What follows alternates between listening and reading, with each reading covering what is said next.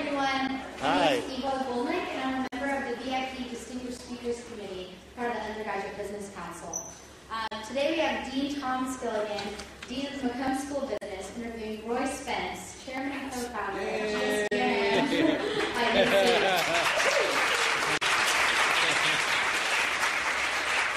We will begin tonight with a Q&A between Dean Gilligan and Mr. Spence, and then we'll open the floor to Q&A from the audience.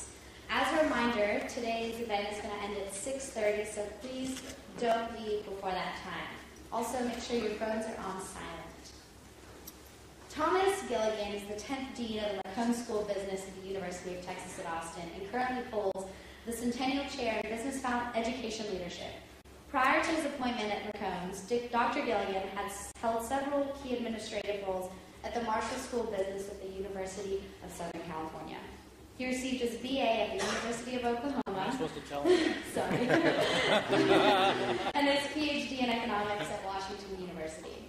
He taught economics at the California Institute of Technology, and during his tenure at USC, he held visiting appointments at Stanford University and Northwestern University.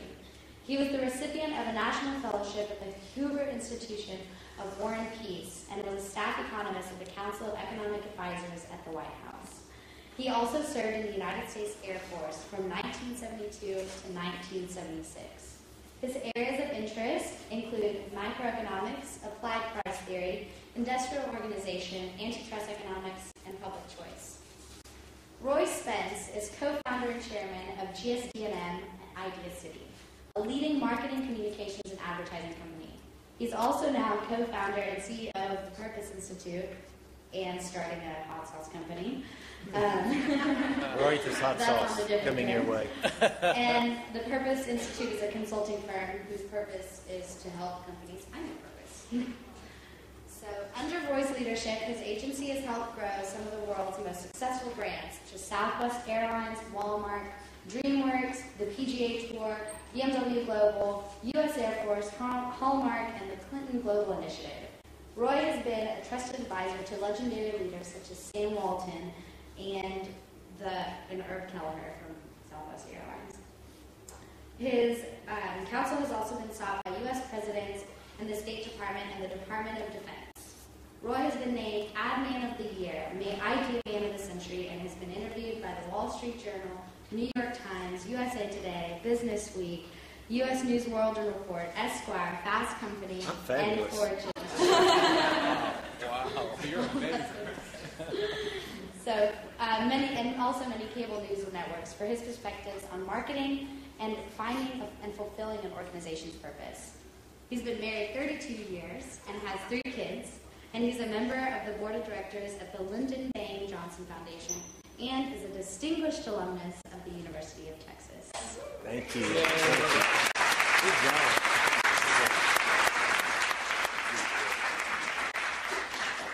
Thanks, Eva. Good job. And welcome, everybody. Thank you for braving the elements to come out to today's event. We really appreciate it. And Roy, thank you very much for coming by. It's my pleasure to be here. The format here is I get to ask some questions, background questions, designed to embarrass you. Excellent. And I know you enjoy that a lot. But I think since I've come to UT, I've been here about 18 months, and I've been just struck by the iconic images that exist at UT, the Bebo, the Longhorn hand sign, the tower. But I think one of the most powerful, iconic symbols at UT is the phrase, "What starts here changes the world." Yep. Could you tell us a little bit about that? You're the inventor of that. Tell us how you came by that and why do you think it's so important for the university? Well, Tom, thanks a lot for inviting me. Hi, everybody. It's great to be here. In a short story, I'll tell you first of all that I came to the University of Texas from a little town called Brownwood. It beat Graham this year, by the way. That's a little joke. But I'll never be able to repay what this university did for me. Number one, it leveled the playing field for me. I was a little kid from a little town, and I kept thinking about all those, the Dartmouths and the Harvards and the Yale, the little schools, those little states. And I came here and got a level playing field. I got to meet my partners in business, GSD&M. We started a company called Media 70 when we were here before y'all were born. And by the way, it's a great marketing lesson. Our company was called Media 70, and it was perfect until January the 1st, 1971. Don't name your company after a year. But like Brazil 66 or whatever. And then I met my wife here, and so it's just this blessed thing. And when Larry Faulkner asked us to work on a campaign for a capital campaign, we came up with the concept and the line, "We're Texas." And we looked around for the perfect voice. And we found a guy named Walter Cronkite, who never had done a voiceover for anybody, anywhere, any commercial, at any time. And we tracked him down in L.A., and he agreed to do the voice. And the line, the first line that the line that I think summarizes it all is that it says, "There's a spinning clock at the tower," in Cronkite's voice. Mine's not quite there, but it says, "At the University of Texas, we don't change the world. We change people. We change the world." And then working with the ad department, they added on to the communications department, "What starts here changes the world." So that's the birthplace of it. And I will tell you this, I go across the country speaking, and I'm fabulous. But, Modesty. But whenever I play my television reel and I end with Cronkite with that spot, "We don't change people, the world, we change people, it change the world," everybody wished they had that for their university because it's the truth. This university is helping change you, hopefully for the better, so you can go out and change the world. That was the birthplace of it. Yeah, very, very powerful message, though. Still durable. How old is it, by the way? I guess about 10 years or something. It's the longest. Most campaigns you see on the NCAA, "My beaker is better than your beaker." Yeah. You know, I got more Nobel Prize winners than you do in horses or whatever. And so we decided just to break the mold, because people don't wake up and say, "Gosh, I'd like to go watch a sporting event and see a horrible commercial." They really don't. So you got to intrigue them. You got to entertain them, and then you got to persuade them that what you have is of genuine value to them. So this campaign started, and it's been the longest running campaign of any university, I think, perhaps in the country. Yeah, it's amazing. So you touched on your boyhood growing up in Texas. What was your very first job, and were you any good at it? Those are two separate questions. Yeah. My first job, I was 6 years old, and my dad, Big R, he was 6'5". I don't know what happened. I don't think I was his. But anyway, that's another. I don't want to go into that. It's a therapist here. My mother was a teacher in school and 36 years a civics teacher and couldn't cook squat. You know what I'm saying? But she was a historian, an actor, a book writer, a political figure, but she could make blackberry cobbler. Not that kind, but the real kind of blackberries. So my dad planted a blackberry patch, and I decided that at 6 years old, I hated it. It was thorny, it was muddy, it was dew, there was mosquitoes, and the blackberries were all over your hands. So I thought, hell, I'll make money at that. So I went down to the little grocery store in Brownwood, and they had those, you don't remember this, but old wooden little boxes where they had strawberries. And I got them to give them to me at 6 years old, and I went door to door selling blackberries. I charged 25 cents, and then I got real, the next year, arrogant, and I raised the price to 30. And then first next door neighbor looked at me and said, they called me Royito, little Roy. Royito, we like your blackberries and you're real cute, but don't gouge me. So I learned a great lesson. Even if you're cute, you can't charge too much. So that was it. But so I sold blackberries and then mowed yards. And then the first real job, I was here at the University of Texas too, where I worked at RTF as a runner. And then we started the company Media 70 in college, and we started our business right out of school. So I've never done a resume. Wow. And that's good, because I don't have, it's not very good. Yeah. Well, you've had an incredible career. What do you think sets you apart from your peers? I think, first of all, our partnership 40 years. Now listen to this. Everybody wants to be a partner. They just don't want to deal with a ship. Because sometimes it ends with a T. Everybody wants to be a friend. You just don't want to deal with the friendship and the relationship. Everybody wants to be a leader. You just don't want to deal with the leadership. You know. But the ship is where it all happens. You got to first of all believe in your heart you don't have the corner on the smarts. And it's simply more fun to do things together. So I think what set us apart was we started together. And by the way, although we've gone different ways in terms of growth, we're still together. So I think what set us apart was, first of all, the culture of believing that we're all in this together. And secondly, it's a great asset. We were naive. And we just didn't believe what everybody else said. And the third thing, we were in Austin, Texas, and not Madison Avenue. And we kicked their butts. And it was so fun. I'm not kidding you. They didn't know what hit them. We walked beneath the legs of the giants. And we did one ad one time when we were really on a roll in the New York Times. Who are those guys? Remember Butch Cassidy and Sundance Kids? Yeah. Anyway, that's another story. But I think it's the partnership and the belief system that we are simply better together. Yeah. Where did you develop that capacity to work that well with partners?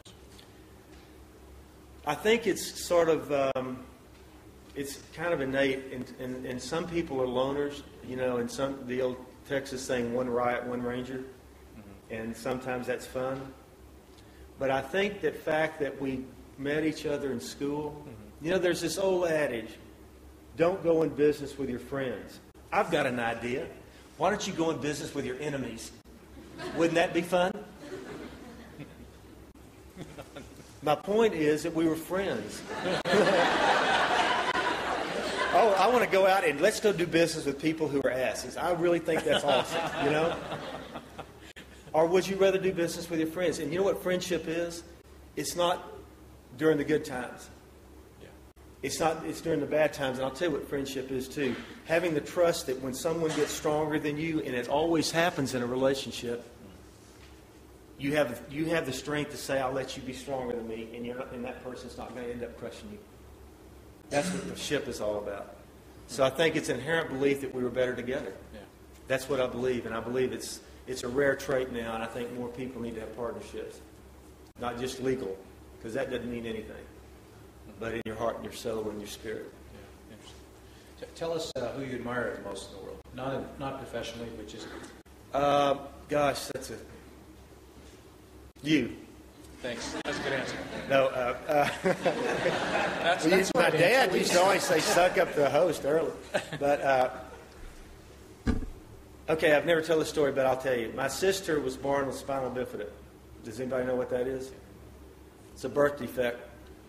Back then, it's literally, she was older than me, and it's a birth defect that you can actually detect now in a sonogram, but couldn't back then. And all your nerve endings end up on your spine, and you never have nerve endings in your legs. And the average age that you're supposed to live when she was born was 2 weeks. She lived to be 49 years old. She actually went to college.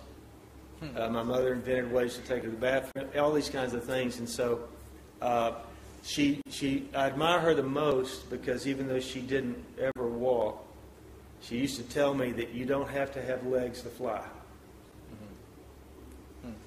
It's amazing. And you don't have to have legs to fly.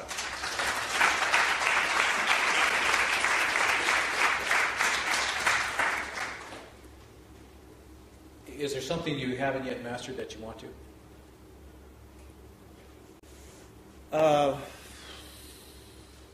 Slowing down, but I don't know if that's really true. I don't know if I want to do that. I'd like to live forever. No, I don't want that one either. I think that mastering something is in my opinion, and I was taught this by Sam Walton, mastering something is a self-fulfilling end game that somehow you are as good as you could ever be at something. Yeah. I don't buy it. I believe I'm actually walking across America, which is another story, literally, by myself, which is another story. But I'm busy. Thanks for stopping by. And on my wall, I was in Warren, New Hampshire, and went through this little antique store. I had 2 little American flags on my backpack and just walking because I was I took a picture. It's going to take me 9 years because I got a day job. Y'all can come with me if you want to. But I'm taking a picture of something good every mile. Because I was in New York City one time, about 4 years ago, watching Nancy Grace. That's a deadly combination. New York and Nancy. Every priest is bad, every mother's bad, every dog is bad. And I just said, that's not the America I know. So you can see the logic. I'll just walk across America, try to explain that to my wife. But I actually did, and I decided to take a picture of something good. And in Warren, New Hampshire, back to this mastery thing. See, I circled back around. Okay, I got back around to it. I found this sign that says, I'm not there yet, but I'm closer than I was yesterday. I think even if you're the best artist or the best pianist or the best ad person or the best mathematician, you never master anything. But you're closer today than you were yesterday. So that's the way I look at life. So you and I were talking on the way over on the importance and the beauty of failure. So what's the biggest mistake you've ever made in your career? What'd you learn? That failure, by the way, that's another story. I think, and I hope you don't mind me saying a cuss word, believe in your own bullshit. No matter if you're 20 or 10 or 50, at some point, if you start believing, and I'm going to tell a quick story about the University of Texas. I actually went to a class when I was a senior. You know what I'm saying? What? It took notes and stuff. And because that was rare for me. Because I was, but anyway. This is about just when you think you're in control of life. So I took the exam. It's perfect. You'd know the professor if I put his name out. And I knew I went in there and did the little blue book. Y'all said blue books? Yeah. You do? Really? Yeah. Well, I did one. It was a test, and I filled it out, and I wrote it. By the way, I never took a multiple choice course in my entire college career because you have to know stuff. Essays, you know what I'm saying? You can just No, I'm serious. I've dropped courses. They say it's going to be multiple choice. Don't do that because you have to know shit. So anyway, I filled it out, and I turned it in. I aced it, and got the blue book back. 2 weeks later, it was a C. So I went straight to the professor, and I said, "It's impossible. I took down your lecture word for word." And he said, "Well, I guess I just gave a C lecture."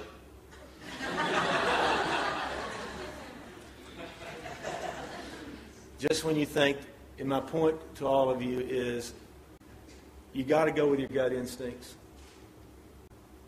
The biggest mistake I've always made is when I've let money override my judge of character of people. And by the way, you have to have character in order to judge character. And I think the biggest mistakes I've ever made, and it's time again, I made so many, but hopefully of the mind, not the heart. But it's when I don't follow my guts about people. And I let money be more important. And it never ends up right. You'll always lose money or always be on the bad end if you go into business with bad people. That's the biggest failure, not following my guts. Can you talk about one of the organizations you're involved with today and what it does to set itself apart from its competitors? I'll tell you, did y'all get to see Herb Kelleher last year, anybody? Let me see. Yeah. Southwest Airlines. We were 28 years old. We were kids. He had 8 airplanes. And we were on the road, and he picked me up. And that's a whole other story. And he taught me a couple of things. One, how to drink and smoke on the job. I didn't know he drank until he came into a meeting sober one time. But anyway, that's it. But it's just, let me tell you, I've introduced him that way to chairmen of boards. And the reason I love Herb, he taught me a great lesson. In business or in life, take the competition seriously, but not yourself. Can I repeat that, people? All you serious-minded people out there. Take the competition and take your work very seriously, or else don't do it. But don't take yourself too serious. It's only business, it's only life. And he taught me that lesson. And if you look at Southwest Airlines, that brand exudes Herb Kelleher and his belief in the golden rule. And by the way, that's different than he or she who has the gold rules. You hear what I'm saying? We have a deficit in American business of the golden rule.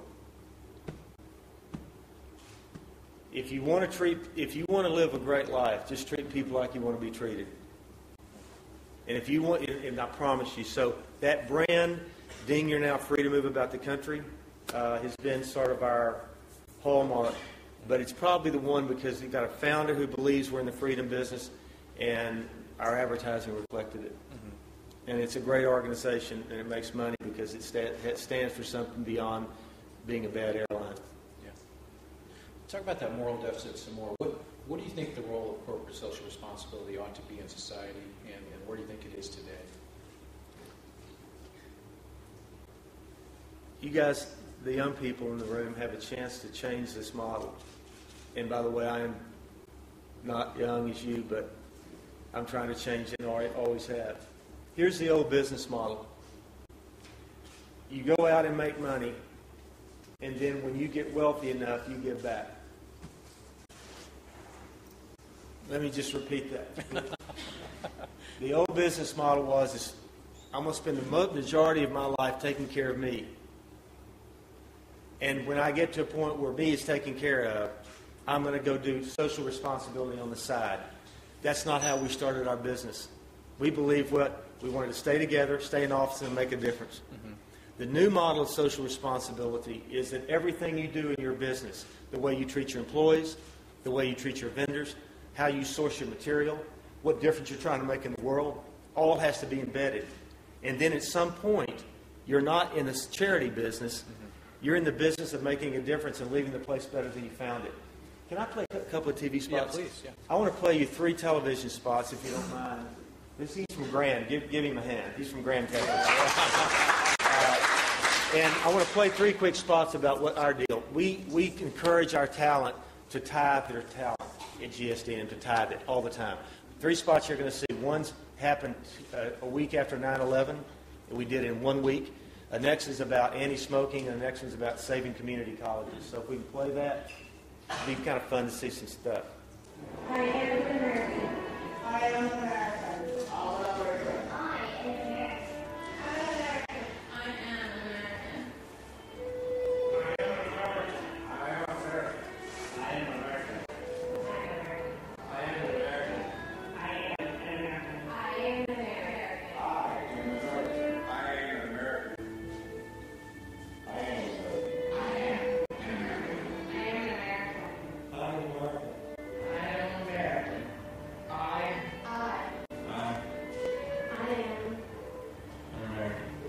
am American.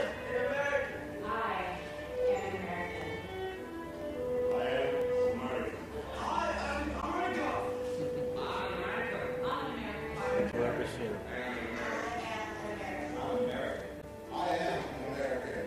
I am American.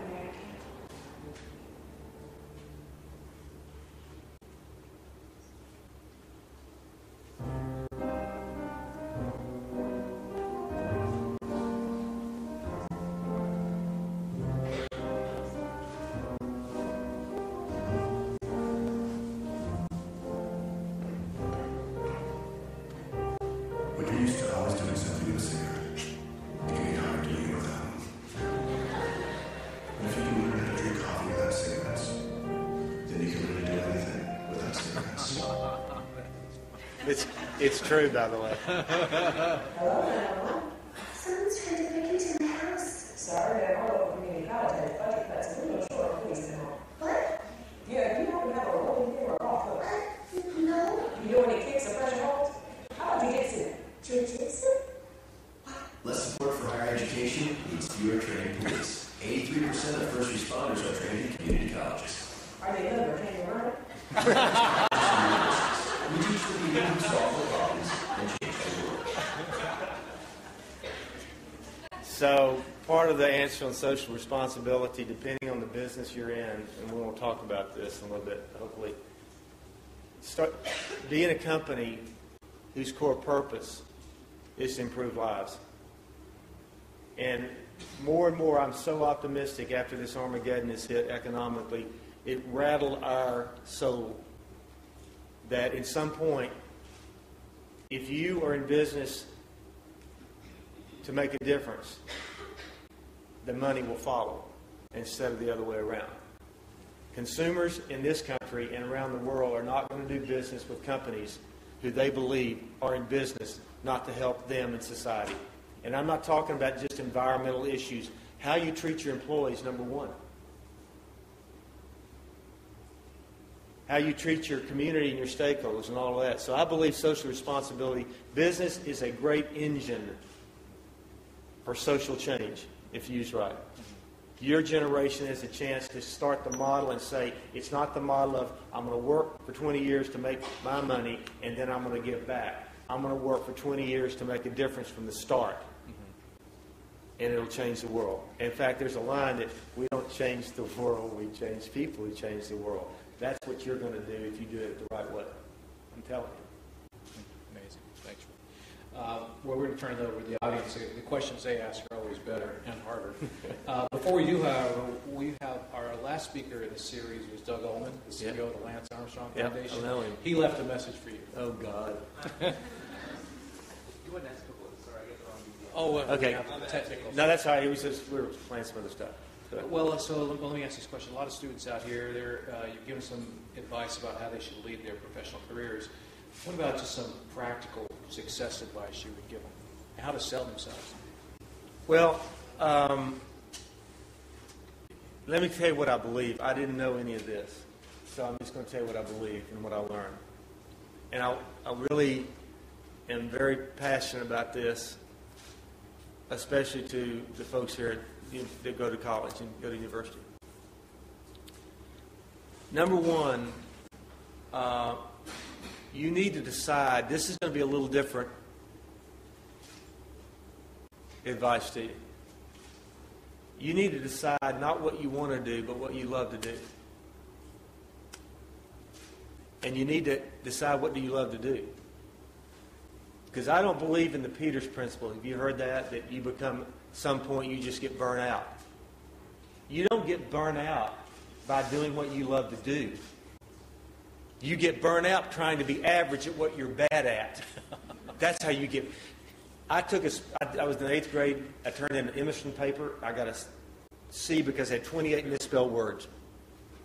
The next year, I had another teacher turned it in. It was another Emerson paper. I had 31 misspelled words. I got an A. I brought it home and my mother said, "You don't know how to spell. Hire one." Spend your life becoming great at what you're good at. Don't listen to the advice of you got to be better and better and better at the things you're bad at. I'm not talking about your character, but go spend your life. So my point is, decide what you love to do. And by the way, I would encourage you to go start a business. We'll get back to that in a second. The ship's not coming in, people. The miracle of America is, and the miracle of the countries around the world now, the ones that understand that we must stand tall for small. It is the engine of entrepreneurship. It's the engine of people. Hey, Cupcake, that Airstream thing. Have y'all seen it? Yeah. Well, I'm starting Roy's Hot Sauce. I bought a 1973 Airstream from $1 billion ad guy to trailer trash. I'm starting it next month. Because why? The thrill is creating something that wasn't there before. Sorry, but I was buying time for Graham to get the shit done. But I'm telling you, my point is, I think that we need to talk about young people, inspiring them to start their own business. This is Doug Ullman, the CEO of the Lance Armstrong Foundation. Hi, Doug. Hey everybody, it's Doug Ullman. Good to see you. It's been a long time. I figured I'd lob a question to you that might be of benefit to the audience here. You've been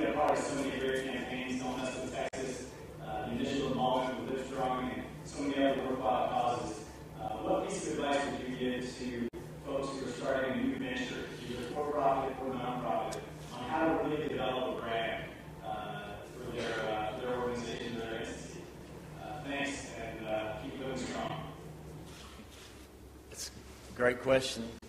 Repeat it. If you're starting a company or starting a small business, and don't think you have to be the next Google. There's not many of them, and there is already one. You know what I'm saying? Yeah. I would say this. If you don't mind, a quick little story. I was at the University of Tulane where my son is going. All my kids got at UT and they didn't come here, but they've moved back. They're prodigal sons and daughters. I was speaking to a group of people about the power of purpose in your life and how if you live your life with purpose, everything else works out pretty well. And purpose, by the way, is the difference you're trying to make in the world. And if you want to make the best ice cream, go out and make it. If you believe you can rake the grounds better, if you can be a better gardener, it doesn't matter. Don't let anybody tell you what is a good purpose for you. Don't let anybody tell you that. So I was speaking, and two women came up to me at Tulane not too long ago. Beautiful campus and whatever. And so it was a mother and daughter. And so she said, I'm really worried about this. I like the purpose thing. There are no jobs out there. Her daughter's named Melissa, whatever. She doesn't have she can't get, da, da, da, da. I finally said, excuse me, do you mind if I talk to Melissa for a minute? Hi, Melissa, I'm Roy. What do you love to do? And there's that moment just like this moment where she's starting to look at her mom. She was supposed to say, like, accounting. No offense, because they just spent $300,000 on it. Yeah. I didn't ask her what she wanted to do. I said, what do you love to do? Thank you. That's my good side. So, I'm just kidding. And she paused and she said, I love to play the piano. And when I was in high school, I loved to teach little kids how to play the piano. And I said, do you want to start a business with me?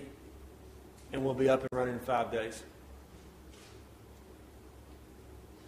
Okay, what do you need to start Melissa's piano studio? Piano? Good. That's good. You have one? Yes, sir. We have one here. I don't know if she was from New Orleans, but I have one at my home. What else do you need? A place to teach. Yeah, my dad passed away not too long ago, and my mom lives upstairs. What else do you need? A teacher. I said, that'd be you. You got $250? She looked at her mom and she said, yeah. We'll go to LegalZoom.com right now. We'll get you an LLC and $169. We'll take the rest of the average budget, run a small ad in both the Tulane paper and the Picayune paper, get a social network up immediately, and on Friday you will have Melissa's piano studio up and running. I don't know if she did or not, but I bet she did.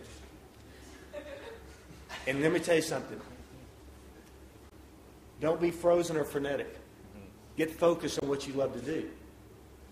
And by the way, if you go out and have kids, that's not the time to start a business. You hear what I'm saying? That is not the time. It's too late.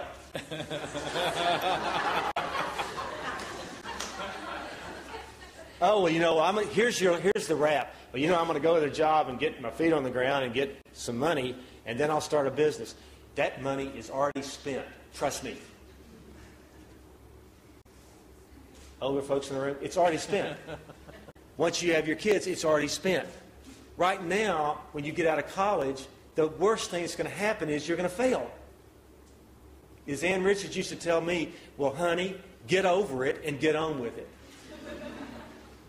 I'm just telling you, it's not for everybody, but I'm telling you, Tom, if we don't encourage the young people, it's a miracle of this nation. Do you know that 89% of all the job creation, 90% of all the job creation in the last decade were created by companies under 500 people? It's the engine of this country. Excuse me. Go ahead. Question. So Casey's going to take the microphone, bring it around. Casey. If you could wait until he comes so everybody can hear the question, that'd be great. Questions?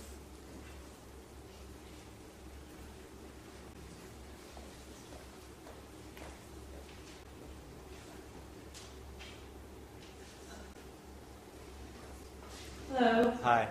You talked a lot about, finding your purpose, and I want to find my purpose, and sure we all want to find our purpose and work in it forever. And it would be great if we could align that with what we love to do. But I think maybe, like a lot of college kids, I'm going through I want to save the world thing. Yeah. You know, good. I want to improve society, but how do you narrow down what your purpose is, and how do you know when you found it? Boy, if I had that, just like the Fountain of Youth, those are the two things. If I had the answer to both of those, I wouldn't be here. Yes, I would, because I love you. Let me give you some practical advice. And it's all I can say is that when I tell the blackberry story, when I picked blackberries, I realized at that moment, I didn't know it at the time at 6 years old, but as I started looking around at my life, I always felt like, and when people come to the interview, what are you really good at? Well, I'm good with people. Well, you know what? I friggin' am.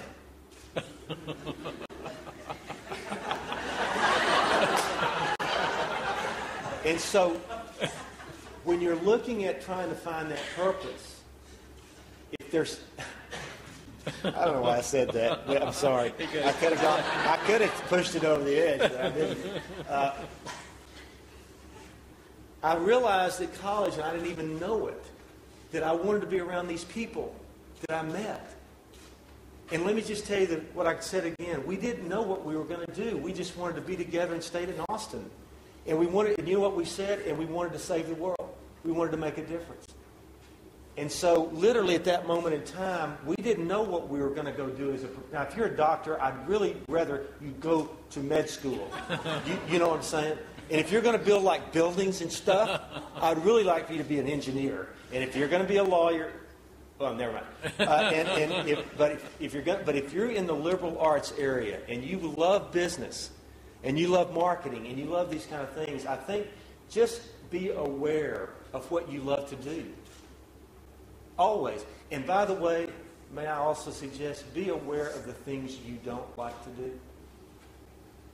Literally, write it down. I don't like to spell. I don't like to weed. I like to mow grass. I don't like to weed. I'm a planter. I do roses. I'm going to hire somebody to weed. I don't like to weed. No, I don't. But do you? Well, some people do like to weed. I don't know. But I like to build. So my point to you is be aware... Be aware of what you love to do, and be just as aware. It's called the stop doing list. And Jim Collins, don't stop going to class. I'm not saying that. And don't stop making your grades, because that's you have to do that. But there are things in life at your age that you don't like to do, and people want you to do it and pressure you to do it. Stop doing it. And when you get the stop doing list, you know what happens? That start doing list becomes the only list you look at. That's not an easy answer, but please be aware of the things you love to do and the things that you're good at. And by the way, another thought, please don't have other people envy. Because if you envy somebody else and try to be like them, the best you'll ever be is the worst them. They're already them. You see what I'm saying? Oh, I want to be like them. Well, them is them. Sit down. Okay. Become a better you. Become a better you. So that's my answer. And it'll come to you. Keep your heart open. Tell your mind sometimes to shut up. Let your heart speak for you. And I know you got to make money. I got all that. I didn't have But at some point, the money will come if you're around good people, you have a passion, a purpose, and let me just tell you the second thing, if you pay the price to be exceptional. You got to pay the price to be exceptional, and the money will come. That's what I think.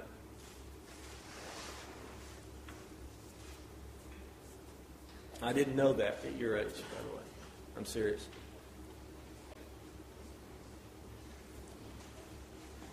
So how did you convince your first client to go with a bunch of kids straight out of college with absolutely no experience?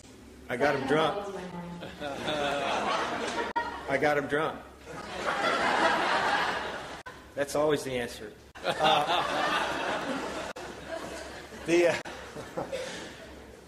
Sometimes it is. But here's what we realized. I used to walk in with a portfolio Does anybody remember Academy Surplus? It's still alive, but it used to be run by a guy named Max Oshman or Goshman. And I'd walk in and try to get his business, and I carried an empty portfolio. And he'd always ask me, "Let me see your work." Well, I don't have any. And then I walked into Jack Morton's Menswear. It was on the drag, and this young man believed in me. And he said, "Well, why should I believe you?" And I said, "I'm going to take you places you've never been." That was another line I used. But anyway, no, what I said was, "I will tell you this. You will be our first client, and we will never, ever forget it. And we will do whatever it takes to build your business." And he trusted us, and he gave us the business because of our sheer passion that if you'll give us a chance, we'll never forget you. And then it just built from there. And we failed a lot, but in the end game, we never were in the advertising business. And we tell our associates this now. We're in the business to build our clients' business. Advertising is just one of the tools. And if we build their business, it is the field of dreams. They'll build ours. So we just were tenacious. We didn't give up. We had Dr. Peppers at 10, 2, and 4, and cheese sandwiches, and 7 miles of snow. Well, it doesn't snow here, but you know what I'm saying. We were not going to fail. Yes, sir.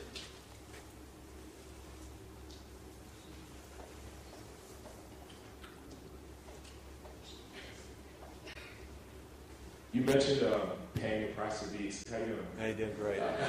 You mentioned paying the price to be exceptional. Yes, sir. What price did you have to pay to be exceptional at what you do? I think that I go back to the thought, and that is that we just outworked them. We just outworked them.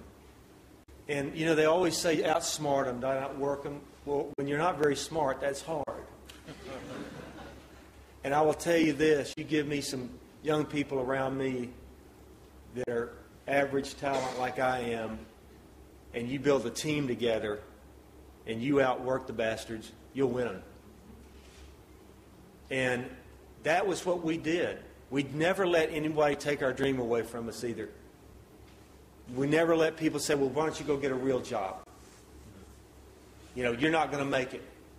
Quick little story. I walked down to the bank and to borrow $5,000. I had a brand new tie-dye T-shirt, my ponytail. I was looking good. And I walked to the loan officer, and I said, "I need to borrow $5,000 for my business." And he said, "What's your business plan?" I said, "Making money. What's yours?"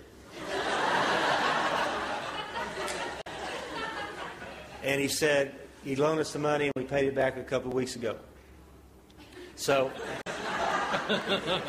and then I'll tell you something else that happened. 10 years ago, I walked into a room, and there's this older gentleman. His name was Robert Sneed. He had a cane sitting in the chair. Man walked up to me and said, "You know that older gentleman over there?" I said, "Yeah, it's Robert Sneed. When I was in college, he helped me out of some tough situations. Lawyer here in town." He said, "You know that Robert Sneed co-signed that note 20 years ago and never told you because he wanted you to believe that you got it on your own." And also paying that price is when someone helps you, you got to help somebody else. And I'll tell you, if we'd do more of that today. So I think the easy answer is we believed in ourselves, we believed in each other, we outworked them. And we never let anybody take our dream away. Nobody. You can take my house away, my car, and my motorcycle. You can't take my dream because you know what? I have to give that to you. And I'm not going to. Thanks for the question, by the way. Hi.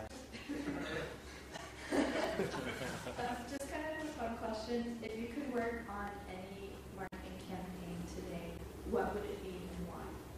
So the question is, if I could work on any marketing campaign, what would it be and why? Can I have two? Okay.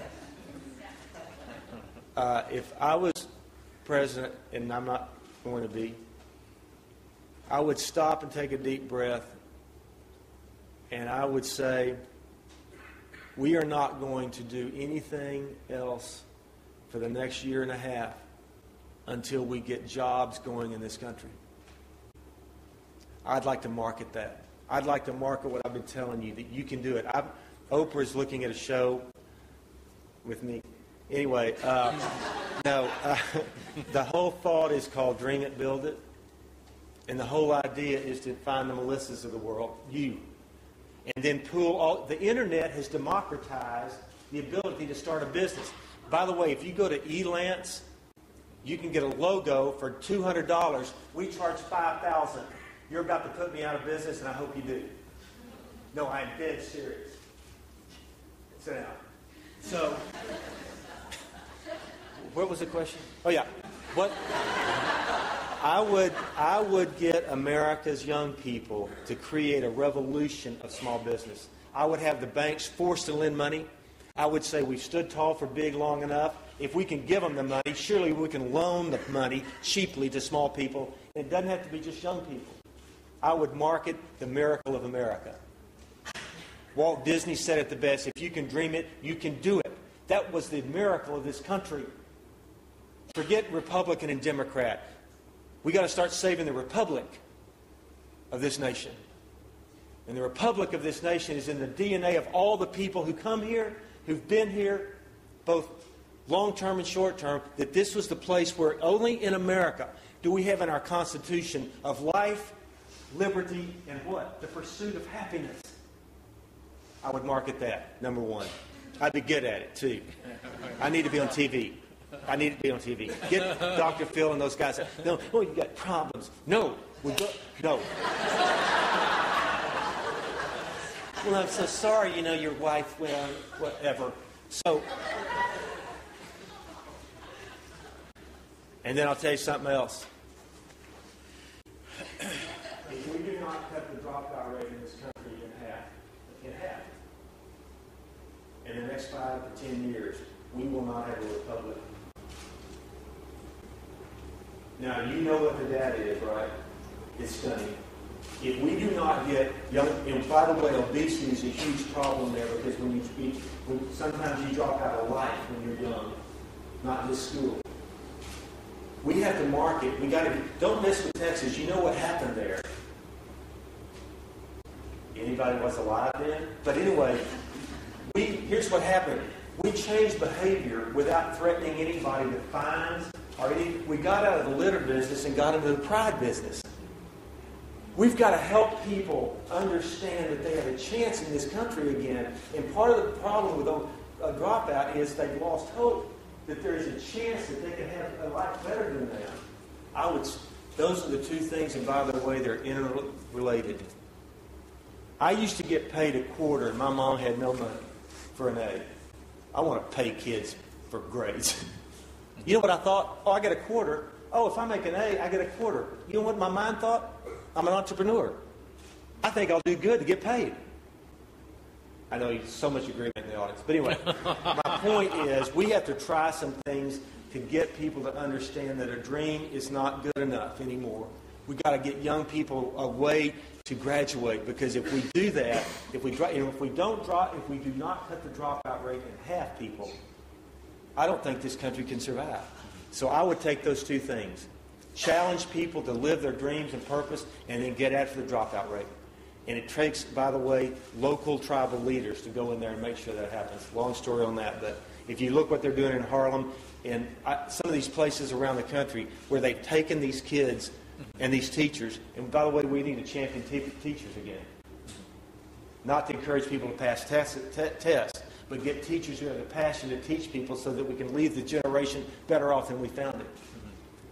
Are you so sorry you asked that question? But it's the truth. That's what I would do.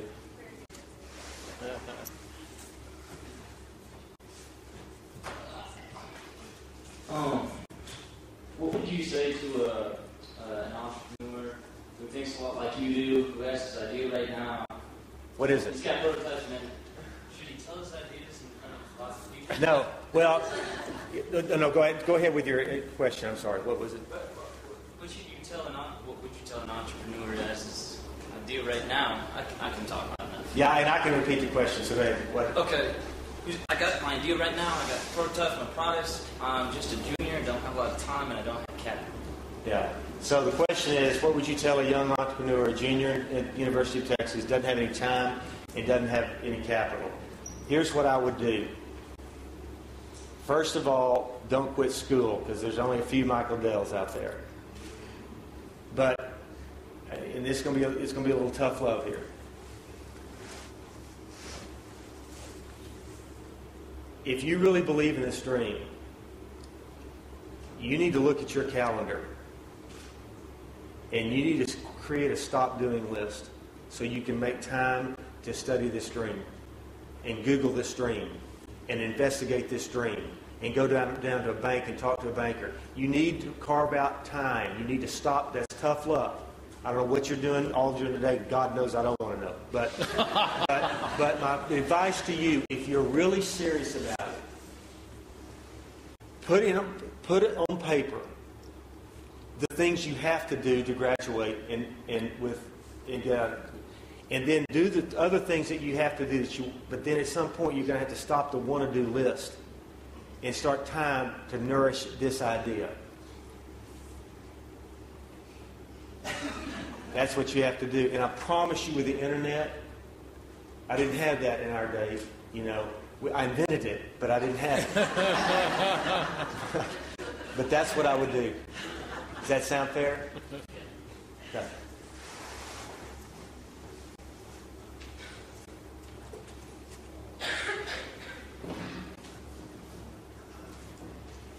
Hey. You talked about partnerships in the beginning. Yeah. Sometimes there's strain on the partnership and it ends up being a threat to business. What advice would you give? What steps should you take to make sure that the business and its purpose endure despite that strain on the partnership? Did y'all hear that question? This is a huge question. The question was, in a partnership, just like a relationship, friendship, there are going to be times where that partnership is strained. Here's what I've learned. I didn't know this, but I learned it instinctively. First of all, there's got to be somebody in the partnership that is committed to the ship. And that was my role. I didn't even know it. And I was not going to allow this partnership to dissolve because we were just growing apart and growing differently, which partnerships do. Mm-hmm.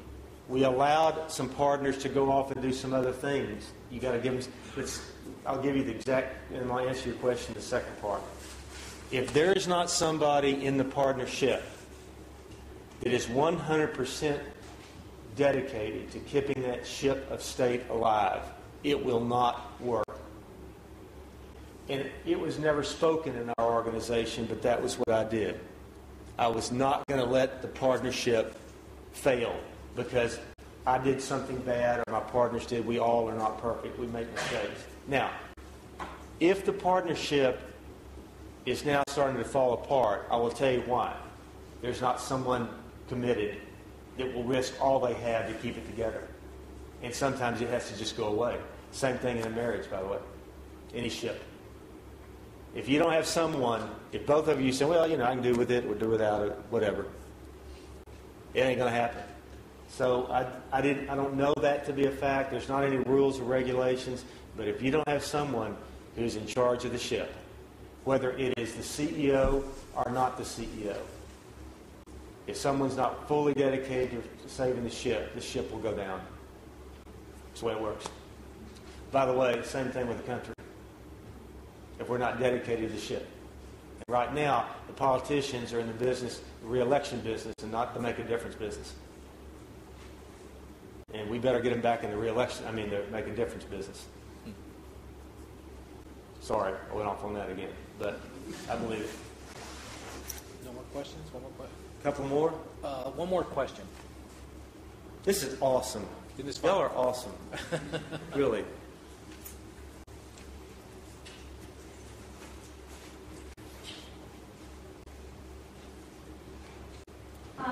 Hi. You spoke about creating grants for other businesses.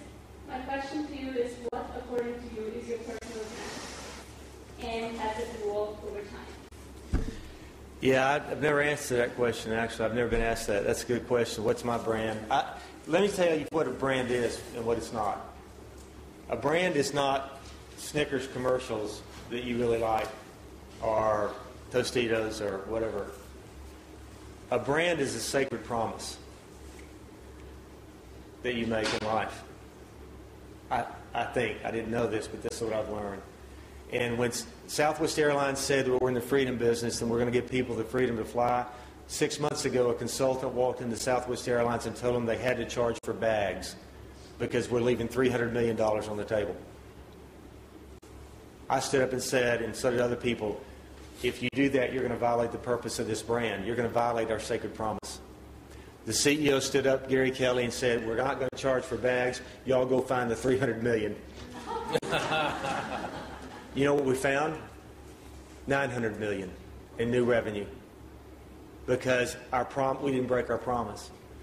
I guess what I've tried to promise, it's in my wallet. I carry it with it all the days of my life.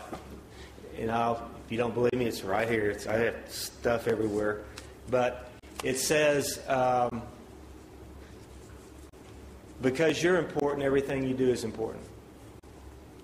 When you forgive someone, the universe changes forever. When you reach out and touch a heart or a life, the world changes forever. When you do something seen or non-seen for somebody else, the world changes forever. What I've tried to do, because of my sister, is that. And every time I violated that brand, you know who feels the worst about it? Me. Because you can run and hide from your mind, but you cannot run and hide from your heart. It's the way it is. That's just the way it is. And so I'm going to leave with this. On this walk across America. And my website is Walking with Roy. That's my brand.com. But I'll put it back up. When I'm going to go from Scranton to Youngstown next time. But I found that Robert Frost was right. There are two roads diverged in a yellow wood, and sorry, I cannot travel both and be one traveler. And long I stood and looked down one as far as I could. There are two roads in life. And I found on this walk, because I asked the district attorney, Ronnie Earl, then, should I carry a weapon in my backpack? He said, Roy, there are three things. Just always remember, if you carry one, you're probably going to end up using it. Are you prepared to do that? Secondly, if it's in your backpack, it won't help anyway. And third, I've seen you shoot. Forget it. But I went on the road to look for goodness. And I found this that you become what you look for. If you look for enemies, you'll find them. If you look for hate, it'll live right in your heart. If you look for gossip, it'll consume you. If you look for fear, it'll follow you all the days of your life. But on another road, if you look for friends, you'll be befriended. And if you look for love, it'll lift you up. And if you look for the truth, it'll set you free. And if you look for hope, it'll take you to higher ground. Get on that road. Look for friends. Look for love. Look for the truth. And look for hope. I wish I'd have known that a long time ago, but that's the road I'm on. And you can't be on both of them. I've tried. Thank y'all for being you. Hook 'em orange. Yeah.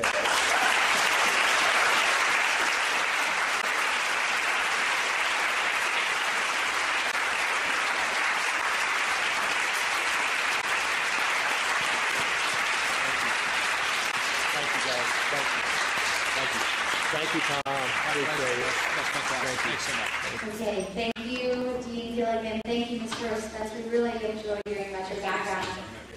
Also, thank you, Undergraduate Business Council, Office of Student Life, and the GSD&M team for helping put on this event. And as a token of our appreciation, we presented you with this personalized Stetson cowboy hat.